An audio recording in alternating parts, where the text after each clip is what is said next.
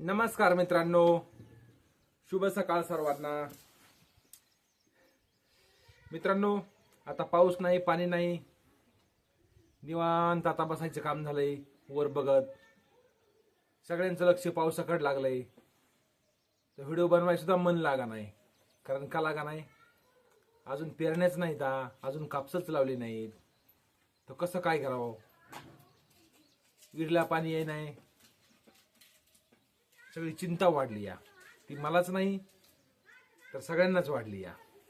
तर मित्रांनो, आज मी तुम्हाला एक बसल्या बसल्या गोष्ट सांगतो, कारण आता कामच नाही तर दुसरं काय करू। एक श्रीमंत माणूस होता, त्याच्याकडे बंगला, गाड्या, सगळं काही होतं, पण त्याला समाधान काही लागत नव्हतं। त्यानं समजा 2 थाळी बंगला बांधला आणि शेजारीनं 3 थाळी बांधला की याला वाटायचं मी पण आता 3 बांधतो, ती एक 4 बांधायचा, त्याच्यापेक्षा एक जास्त बांधायचा, आणि दुसऱ्यानं 4 बांधला की लगेच 5 बांधायचा। असं करीत करीत त्यानं सगळ्या गावापेक्षा जास्त त्याचा बंगला उंच केला, तरी पण त्याला त्यात काही समाधान लागलं नाही। गाडी कुणी आणली त्याच्यापेक्षा ह्यानं भारी आणली, तर त्यात बी त्याला समाधान लागत नव्हतं। म्हणलं आता नेमकं काय करावं?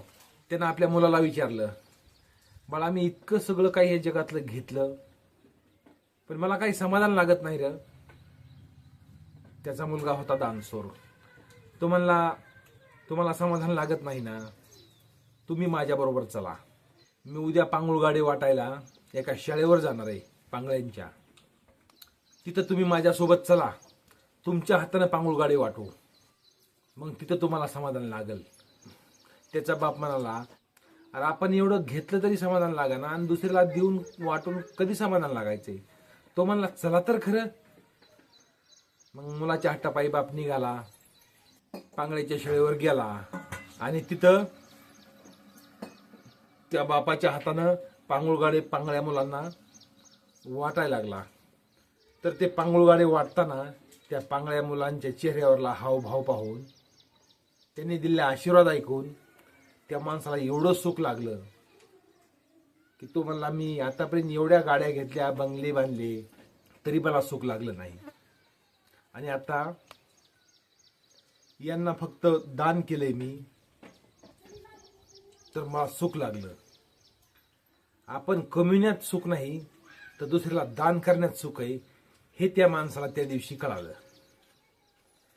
तर मित्रांनो, कशी वाटली आजची गोष्ट कमेंट करून अवश्य सांगा।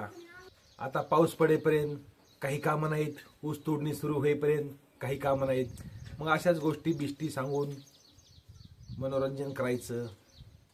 आणि आज आम्ही केली बटाट्याची भाजी। कारण बटाट्याची भाजी, बेसन बटाट्याची भाजी केली।